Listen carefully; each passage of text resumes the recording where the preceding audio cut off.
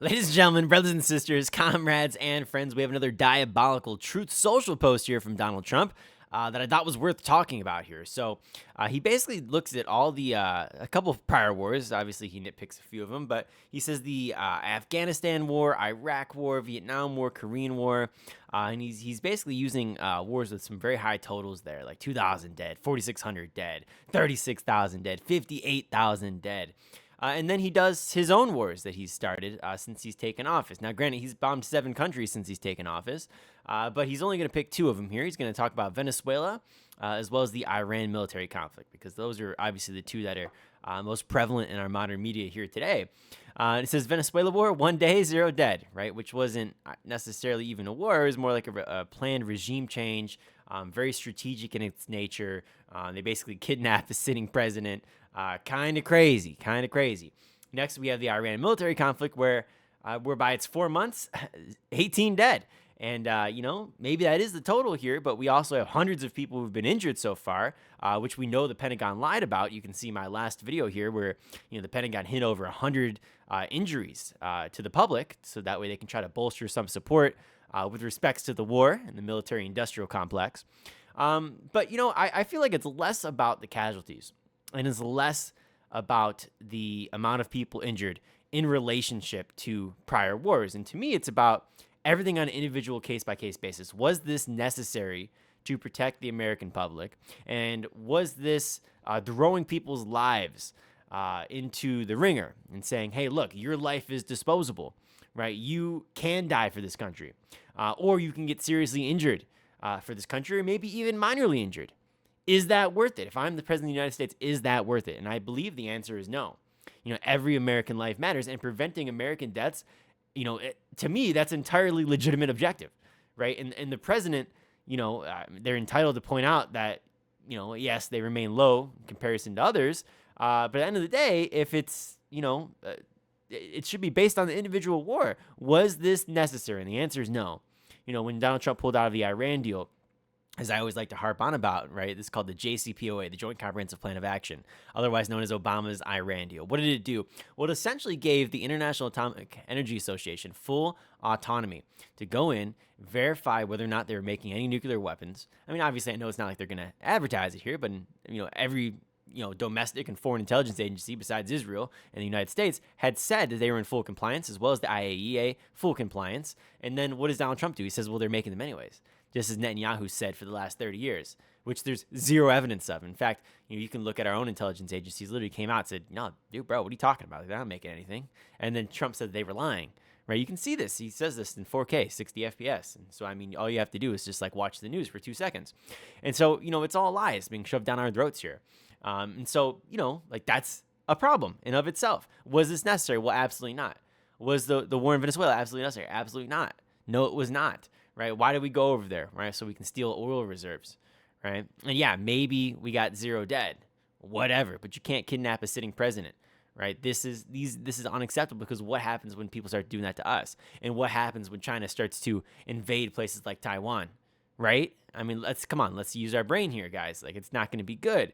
And so I don't know why we're encouraging this. What, are you going to encourage Putin to go in and kidnap Zelensky? No, you're not going to do that. So why are we allowing the United States to be the aggressor as well? It doesn't make any sense. Unless you put the United States in a position of, look, we are those who are in charge of the world. We are the world's police, and we are the ones who has the autonomy to do whatever the hell we want, and you don't. Right? Freedom for me, not for thee. Essentially how it works here. And again, this is true. This is why Trump's trying to dismantle the International Criminal Court, the ICC. Because he knows that he could potentially one day be found for crimes against humanity and war crimes. And same with his number one ally, Netanyahu, right? Who awarded Trump the only Israel prize, as an outsider of Israel. So, look, this is crazy stuff that we're talking about here. But, it's not just about the casualties, too. Obviously, casualties is one of the things you want to, talk about most, because you got to put life on the highest pedestal. But there's also other casualties that are sort of indirect, that are probably as a consequence of a few other things, such as the cost being tens of billions of dollars. Right? That's a fucking major problem. You could have spent that money elsewhere and then ensured a better life for your citizens, right? Destabilize an entire region, right, of the globe, right? You send gasoline prices sharply higher. That's very bad. You deplete the American missile, right? Inventories. That's very bad. Like obviously you want to have a good stockpile. You're going to produce thousands of foreign casualties, probably tens of thousands of foreign casualties by this point.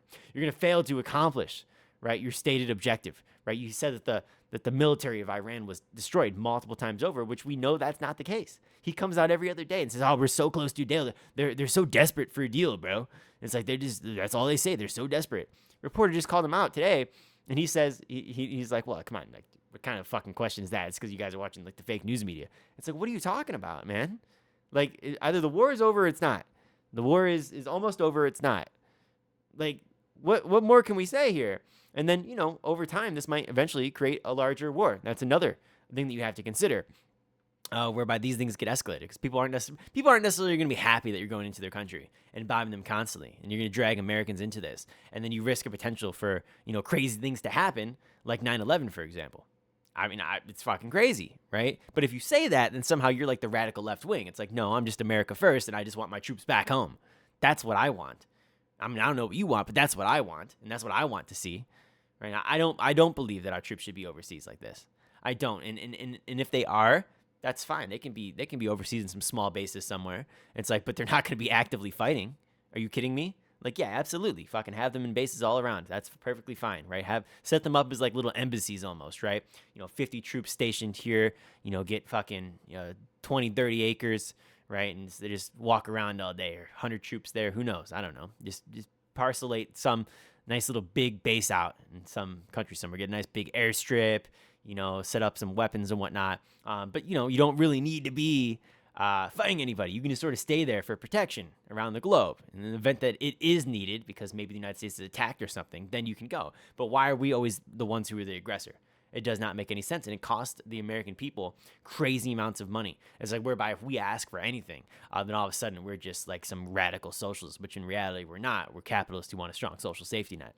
You can look at the cost of like free lunch in America. I was looking this up the other day because Memdani was doing this in New York City, and people were very upset, and they're like, "Oh my God, like how are you gonna afford this, bro?" And it's like, dude, you can provide every single K through 12 student free lunch for a school year, and it's like 0.4% of our budget. Like actually, like it's 0.4% of our budget. Let's be generous and let's call it 1% of the budget. Isn't that worth 1% of our budget? What the fuck else are we spending our money on? To me, that's worth it. Even though let's say it's 1%, let's say double it. This is 1%. Like, I'm sorry. Like is that not as good as starting a war? I don't know. I mean, tomato here, but bro, I don't think so. I know that's what some people say, but I don't think so. I think this is clear cut, black and white. It's about as clear as it gets. But I guess that's not the world that we live in.